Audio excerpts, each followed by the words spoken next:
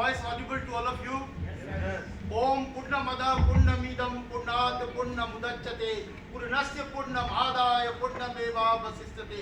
Prostrating at the lotus feet of the absolute. This is the quote or the verse from Isa Baku Upanishad, wherein it is said that ultimate truth, the supreme reality from which this particular planet or world emanates, it happens to be so very complete and comprehensive that whatever entity tests its genesis from that supreme Brahma always happens to be complete and holistic.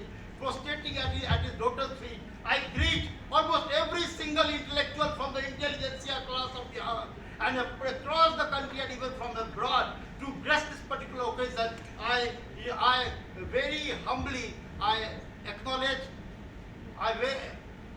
acknowledge their gracious presence.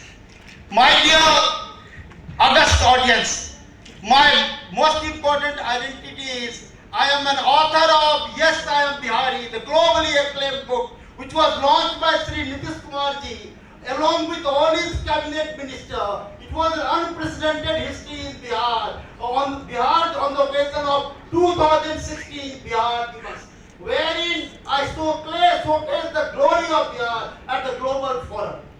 After writing Yes, I Am Bihari, its Hindi version, How Main Bihari Hu, was showcased in Bihar Vidhan Parishad by the then President Sri Avdesh Narayan Singh Ji in the same year 2016. So my book became synonymous with that of the pride of Bihar. That was acknowledged by Honorable Chief Minister of Bihar, Sri Nitish Kumarji.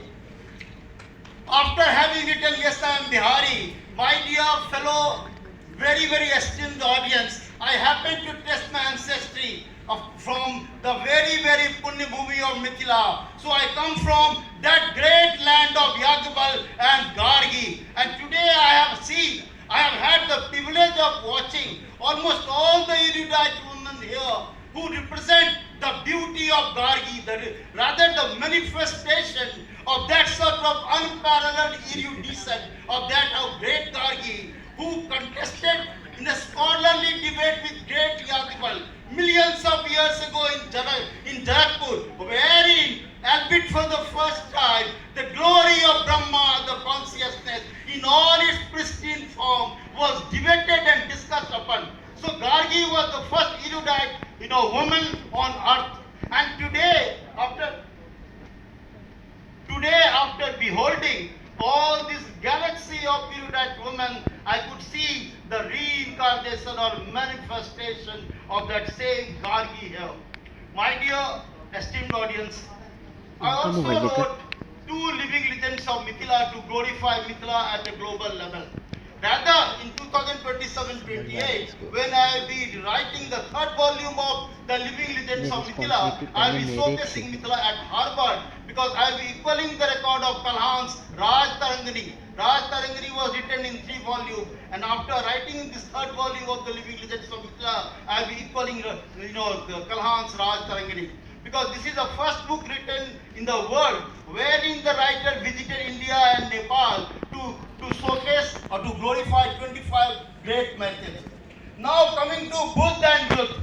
My dear viewers, Honorable Prime, and I have not given you the total introduction. I am the only Indian to have written 4 books on Honorable Prime Minister and Hindu nationalism.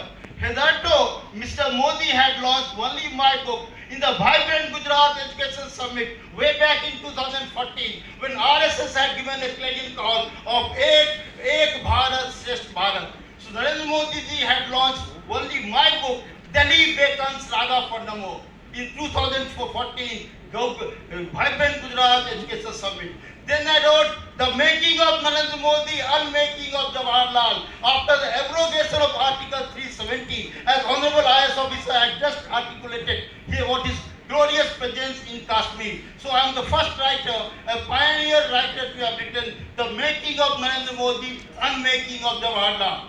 Now coming to Buddha Youth, when the bugles of war bugles were sounded across the world, I thought of finding an antidote to this ongoing war-mongering attitude of the belligerent nations. And consequently, I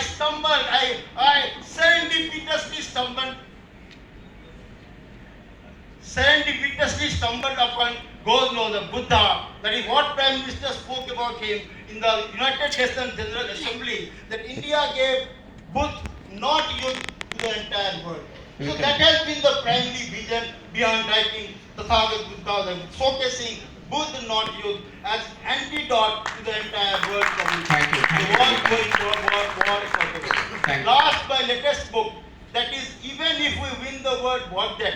My dear august audience, I would like to quote a very important incident, which I read in an article of Dr. Amartya Sen, the Nobel laureate. I came across in Indian Express. Dr. Amartya Sen wrote in that piece that when he went to America for the first time via ship, he had a very good companion, that is Sri Neeraj C. Chaudhary, a great writer. Just as Yeah. very important for his book. I think we interest of book. So Yeah. that is why both were. दो तीन sentence में कर देंगे तो See. आएगी. So while this is a very important incident which was written by Dr. Amartya Sen in Indian Express.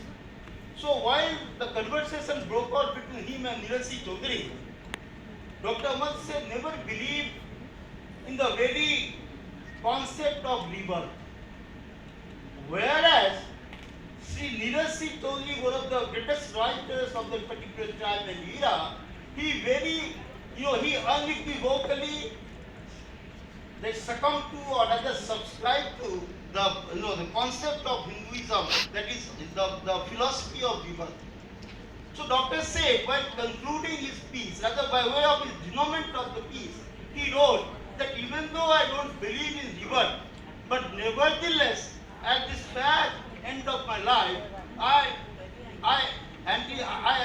suppose, or rather, I would love to wish that whatever Dr. Neeraj C. Chaudhary had said to me on the ship on that particular day might indeed come to be true. So, my dear august audience, I wondered at such a remark of Dr. Sen, such an observation of Dr. Sen, that despite having won the world, despite having been a Nobel laureate, he was as much uncertain and as much ambivalent as any normal human being, as he didn't know anything as what to transpire after his death. Thank you. So that gave me the concept of writing, even if we win the world, what then? Even though Dr. Sen won the Nobel Prize, but still he was as uncertain and as much on the horns of dilemma as any pedestrian or any common human being. Thank you. So that, thanks. Thank you. Thank you. Well,